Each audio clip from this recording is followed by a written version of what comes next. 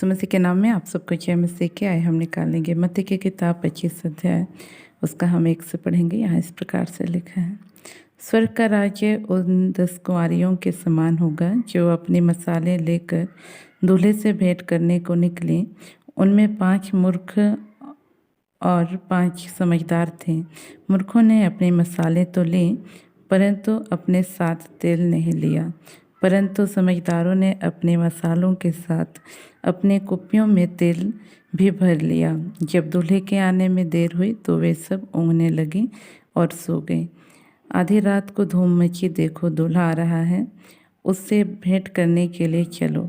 तब वे सब कुंवारियाँ उठकर अपने मसाले ठीक करने लगीं। और मूर्खों ने समझदारों से कहा, अपने तेल में से कुछ हमें भी दो, क्योंकि हमारे मसाले बुझे जा रहे हैं। परंतु समझदारों ने उत्तर दिया, कदाचित यह हमारे और तुम्हारे लिए पूरा न हो। भला तो यह है कि तुम बेचने वालों के पास जाकर अपने लिए मोल ले लो।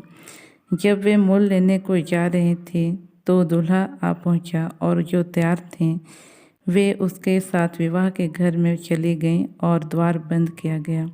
इसके बाद वे दूसरी कुंवारियाँ भी आकर कहने लगीं, हे स्वामी, हमारे लिए द्वार खोल दे। उसने उत्तर दिया, मैं तुमसे सच कहता हूँ, मैं तुम्हें नहीं जानता। इसलिए जागते रहो, क्योंकि तुम न उस दिन को जानते हो न उस घड़ी को। अपने यहाँ देखते हैं किस प्रकार से यीशु मसीह ने जो है दृष्टांतों के माध्यम से अपने चेलों को समझाने का प्रयास किया कि जो है स्वर्ग का राज्य उन 10 कुंवारियों के समान होगा जो अपने मसाले लेकर दूल्हे से भेंट करने को निकले। उनमें से जो है 5 समझदार थे और 5 जो है मूर्ख थे। हम देखते हैं समझदारों के विषय में कि उन्होंने क्या किया था, अपनी पूरी तैयारी की थी। और हम देखते हैं कि जो है जो मूर्ख थे वे जो है अधूरी तैयारी किए थे, जिसका परिणाम ये हुआ कि मूर्ख लोग जो है दूल्हे से जो है भेंट करने या कह सकते हैं उससे विवाह करने से वंचित हो गए। लेकिन जो समझदार कुंवारियाँ थी उन्होंने जो है अपने उस विवाह के घर में प्रवेश किया और जो है दूल्हा के साथ विवाह किया। तो कहने का मतलब प्रियो कि आज हमारे जीवन में परमेश्वर ने एक समय दिया है तैयारी करने का, तो इस समय में हमको जो है आलसीपना नहीं करना है ना। हम देखते हैं 13 पद में कहता है, इसलिए जागते रहो, क्योंकि तुम ना उस दिन को जानते हो ना उस घड़ी को।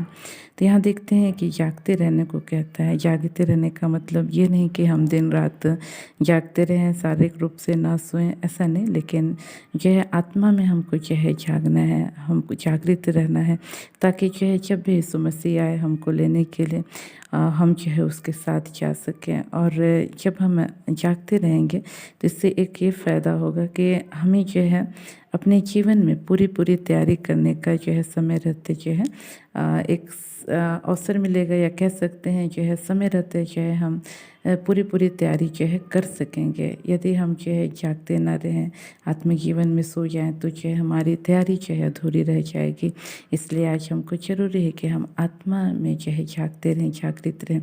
और जो है ये कैसे संभव है, हम देखते हैं कि जब एक व्यक्ति जागते रहता है तो जो है कुछ ना कुछ करता रहता है। और हम देखते हैं यदि जब वह कुछ करना बंद कर देता है, वो ऐसे ही बैठ जाता है, तो जो है धीरे धीरे उसको झपकी आने लगता है और नींद का प्रभाव जो है उस पर पड़ जाता है और उसको नींद आता है। लेकिन जो व्यक्ति काम करता रहता है, हिलता डुलता रहता है, वो क्या है, जागृत अवस्था में रहता है। तो कहने का मतलब आज हमको आत्मिक जीवन में कुछ ना कुछ करते रहना है, कुछ ना कुछ जो है धार्मिक कामों को जो चाहे वो प्रार्थना हुआ, चाहे जो है वचन पढ़ना हुआ, चाहे एक दूसरे की मदद करना हुआ, या कुछ भी और भी जो है धर्म के काम जो है कह सकते हैं जिसको हमको जो है करते रहना है। जब हम ऐसा करेंगे तो यह हमारी आत्मिक जीवन में जागते रहने में हमारी जो है सहायता करेगा।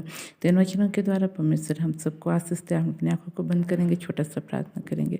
प्रेस लॉर्ड प्रभु जी, आपने अपने वचनों के द्वारा बोला, बातचीत किया, उसके धन्यवाद करते हैं प्रभु जी। इस वक्त प्रभु उन तमाम भाई बहनों के लिए मैं प्रार्थना करती हूँ प्रभु, जो आत्मिक रूप से प्रभु जी ऊँघ रहे हैं पिता परमेश्वर।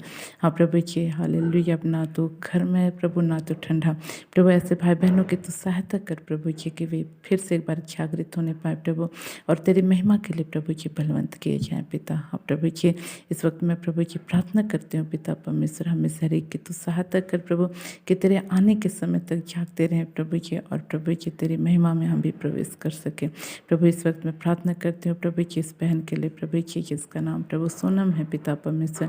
हाँ प्रभु जी, जो अपने आत्मिक जीवन में प्रभु जी बहुत ही प्रभु जी, हाँ प्रभु जी आपसे दूर जा चुकी है प्रभु जी, प्रभु संसार में प्रभु जी इतना ज़्यादा उलझ गए है पिता, कि इनको ना तो वचन पढ़ने के लिए प्रभु जी मन लगता है प्रभु, ना तो प्रार्थना करने के लिए प्रभु। इस बहन की तू सहायता कर प्रभु जी, समय रहते प्रभु जी, हालेलुया प्रभु जी, तेरी और अपने मन को फिरने के लिए सहायता कर प्रभु जी, और होने दे पिता परमेश्वर फिर से एक बार तेरे पीछे संपूर्ण हृदय से चलने के लिए सहायता कर। इस वक्त प्रभु जी उन तमाम भाई बहनों के लिए प्रार्थना करती हूँ प्रभु जी, जो अपने जीवन में प्रभु दुर्बलता निर्बलता महसूस करते हैं प्रभु, जिसके कारण प्रभु जी वे प्रभु जी ज़्यादा देर तक पिता परमेश्वर, हालेलुया पिता परमेश्वर, तेरे वचन को प्रभु जी पढ़ नहीं पाते हैं। ऐसे भाई बहनों के तो सहायता कर प्रभु जी, तमाम अंधकार की शक्तियाँ प्रभु, तमाम दुर्बलता निर्बलता की आत्मा प्रभु, इन लोगों के जीवन को छोड़ के इसी वक्त यीशु के नाम से छाते रहने पाए प्रभु जी। और इस वक्त मैं प्रार्थना करती हूँ प्रभु उन तमाम भाई बहनों के लिए प्रभु जी, नाना प्रकार की बीमारियों से ग्रस्त है प्रभु जी, चाहे जैसे भी बीमारी है प्रभु जी, इनके जीवन को छोड़ के पूरी रीति से यीशु के नाम से छाते रहने पाए ऐसा, और उसको धन्यवाद के साथ प्रभु जी इन प्रार्थनाओं को यीशु के नाम मांगते हैं, आमीन। आप सबको जय मसीह।